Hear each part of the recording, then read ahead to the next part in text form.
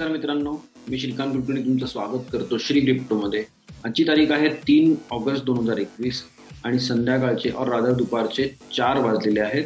चला आजच्या एपिसोडला सुरुवात करूया coinmarketcap.com पासून. टोटल क्रिप्टोकरन्सीज आहेत 11,149. क्रिप्टोकरन्सी एक्सचेंजेस टोटल आहेत 391. टोटल मार्केट कॅप आहे $1.566 ट्रिलियन.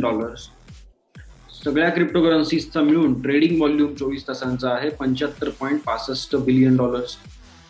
बिटकॉइनचा डॉमिनन्स आहे 46.3% आणि इथेरियमचा आहे 18.6%. सो थोडक्यात इथेरियमचा डॉमिनन्स आणखीन वाढलेला आहे. टोटल मार्केट कॅप पुन्हा एकदा $1.57 ट्रिलियन आणि 2.5% मार्केट आणखीन खाली आलेलं आहे कालपेक्षा. तर आपण टॉप 10 चेक करूया पटापट. बिटकॉइन आता आहे $38,622, 2.61% कमी झालाय 24 तासांमध्ये आणि 3% वाढलाय 7 दिवसांमध्ये. इथेरियम आता आहे जवळजवळ $2,500, 4% कमी झालाय 24 तासांमध्ये आणि 11% वाढलाय 7 दिवसांमध्ये. टेदर आहे आता तिसऱ्या नंबरवरती $1, बायनान्स कॉइन चौथ्या नंबरवरती $323.59, 3% कमी झालाय 24 तासांमध्ये आणि जवळजवळ 5% वाढलाय 7 दिवसांमध्ये. कार्डेनो म्हणजे एडीए आता आहे 5व्या नंबरला, $1.30 किंमत आहे, जवळजवळ 2.25% कमी झालाय 24 तासांमध्ये आणि 2.5% वाढलाय 7 दिवसांमध्ये. रिपल चेक केलं तर $71.54 आहे, 5.14% कमी झालाय 24 तासांमध्ये आणि जवळजवळ 13% वाढलाय 7 दिवसांमध्ये. USD कॉइन आता म्हणजे सर्कल कंपनीचा जो स्टेबल कॉइन आहे तो आता $1 आहे. डोज कॉइन 8व्या नंबरवरती $0.1984 म्हणजे $19.84 आहे, 3.66% 24 तासांमध्ये मार्केट खाली आलेलं आहे. डोज कॉइनची व्हॅल्युएशन खाली आलेलं आहे आणि 2.5% कमी झालेलं आहे 7 दिवसांमध्ये.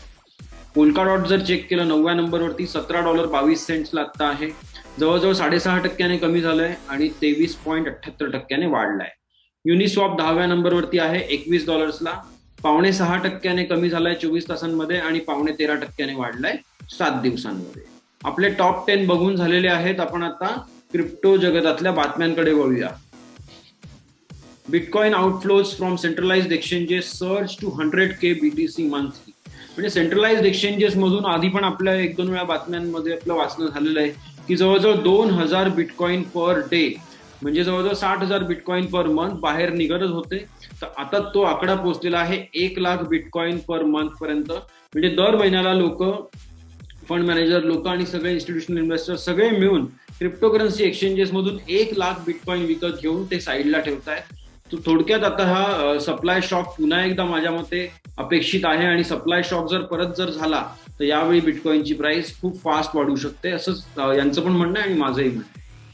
Brad Garlinghouse's lawyers filed request for Binance documents in international challenge to SEC lawsuit. आता रिपलचे सीईओ आहेत ब्रॅड गार्लिंगहाउस आणि त्यांच्यावरती केस चालू आहे की त्यांनी परमिशन न घेता सिक्युरिटीज विकल्या आहेत. आता रिपलला SEC जी आहे ती म्हणते की सिक्युरिटी आहे आणि काही अमाऊंट म्हणजे आय थिंक काहीतरी $150 मिलियन की $300 million, $350 million, rather 350 million ripple त्यांनी विकले होते कुठेतरी बाहेरच्या याला. तर आता यांचे लॉयर काय म्हणतात की ठीक आहे तुमचं असं म्हणणं आहे तर आपण डेटा मागवून घेऊया आपण. तर त्यांनी ऍप्लिकेशन केलेलं आहे फाईल, त्याच्यामध्ये बायनान्स कडून सगळा डेटा मागवलाय आणि मग त्याच्या बेसिसवरती यांचे लॉयर प्रूव्ह करतील की हा सेल जर अमेरिकेत झालाच नाहीये तर तुम्ही कुठल्या बेसिसवरती याच्या अगेन्स्ट केस करताय. सो चांगली आयडिया त्यांनी लावली आहे, बघू पुढे काय होतं ते. OpenSea's daily volume is exceeding its 2020 total. 2020 मध्ये सगळं मिळून OpenSea वरती सेल झाला होता $21 मिलियन आणि आता 2 दिवसांमध्ये $95 मिलियन सेल झालाय. सो यांचा डेली सेल जो आहे NFTचा म्हणजे नॉन फंजिबल टोकन्सचा, तर तो पर डे तेवढा आहे जेवढा अख्ख्या वर्षभरात 2020 मध्ये नव्हता होत. सो NFTs ची ग्रोथ कंटिन्युअस आहे आणि हे त्याचंच प्रूफ आहे. Monero's former maintainer arrested in the US for allegations unrelated to cryptocurrency. आता याच्याबद्दल दुसऱ्या प्लॅटफॉर्मवरती पण आय थिंक न्यूज आलेली आहे, आपण ती एकदा चेक करूया. Just a second.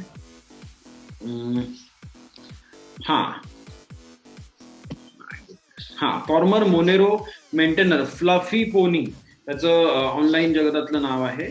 तर त्याच्यावरती साऊथ आफ्रिकेमध्ये एक केस चालू होती की त्याने काहीतरी त्याच्या जुन्या एम्प्लॉयरशी काहीतरी त्याने दगाफटका केला होता असं त्यांचं म्हणणं आहे. आणि तो त्या केसच्या हिअरिंगला पण उपस्थित राहू शकला नाही, त्यामुळे मग त्याच्या अगेन्स्ट कंटेम्प्ट ऑफ कोर्ट ज्याला म्हणतो आपण त्या टाईपची केस झाली आणि मग त्याला US मध्ये अरेस्ट केलेलं आहे आणि अमेरिकेतून त्याला आता साऊथ आफ्रिकेला नेण्यात येणार आहे. तर मोनेरो ऑलरेडी प्रॉब्लेम्स मध्ये दिसतो थोडा अधूनमधून कधीतरी, आणि त्यात आणखीन आता मोनेरोचे फाउंडर किंवा मेंटेनर जो होता पूर्वीचा, तर त्याच्यावरती ही केस झाल्यामुळे मे बी मोनेरोची प्राइस आणखीन खाली गेली असेल, आपण चेक करू शकता. Market wrap, bitcoin underperforms ether, crypto tax ahead.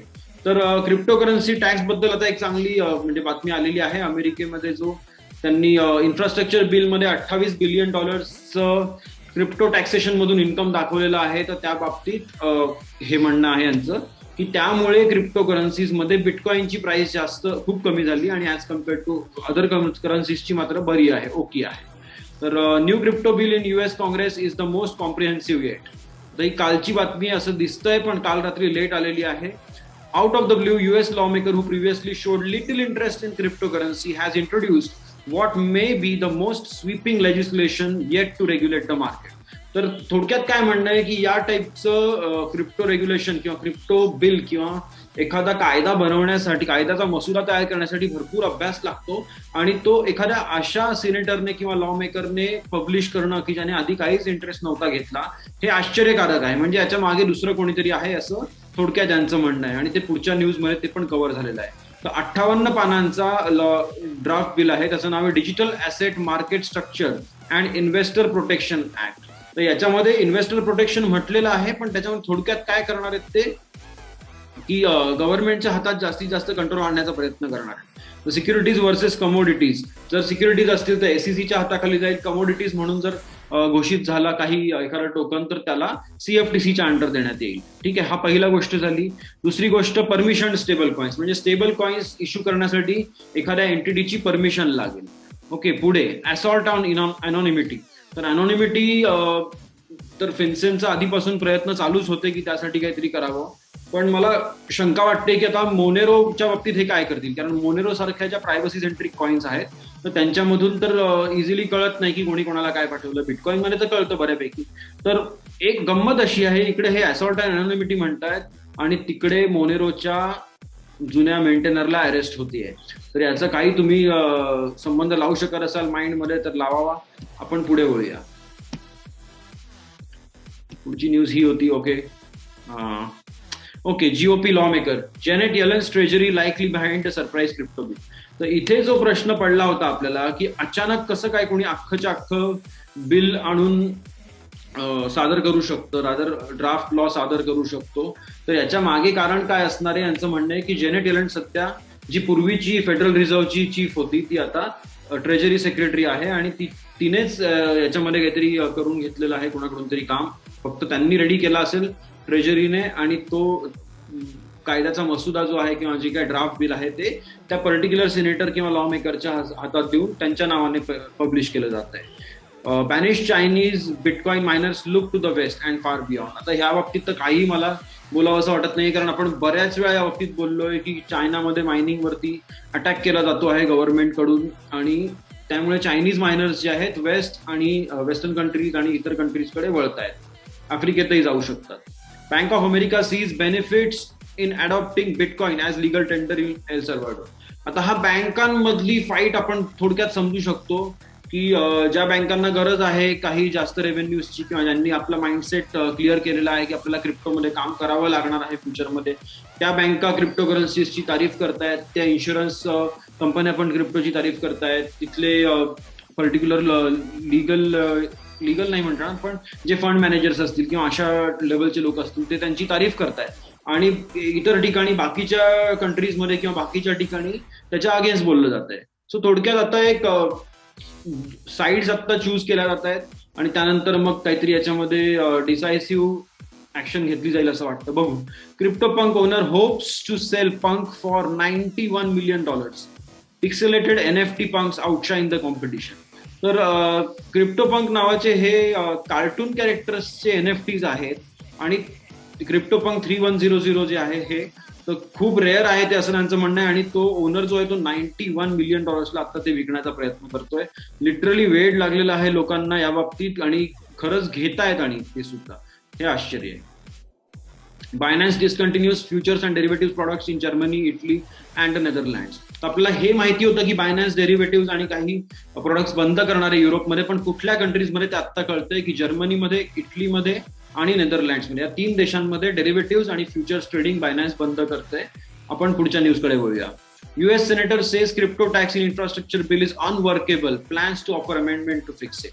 तर आता तिथे सुद्धा याच्यावरती युद्ध सुरू झालेलं आहे की कुठला कायदा पास होणार, त्याच्यामध्ये काय मसुदा असणार, तो त्याच्यामध्ये चेंजेस करण्यासाठी या महाशयांनी, या सरांनी त्याच्यामध्ये सुद्धा ऑफर दिलेली आहे की तुम्ही जे रेग्युलेशनसाठी किंवा टॅक्सेशनसाठी जे रिपोर्टिंग म्हणताय, ते रिपोर्टिंग जर तो माणूस समोरची कंपनी करूच शकत नसेल तर त्याचा टॅक्स तुम्ही कलेक्ट कसा करणार, बरोबर. आणि त्याच्यामध्ये करेक्शन्सची गरज आहे आणि ते हे करायला तयार आहे. Korean regulator to shut down 11 cryptocurrency exchanges ahead of regulatory deadline.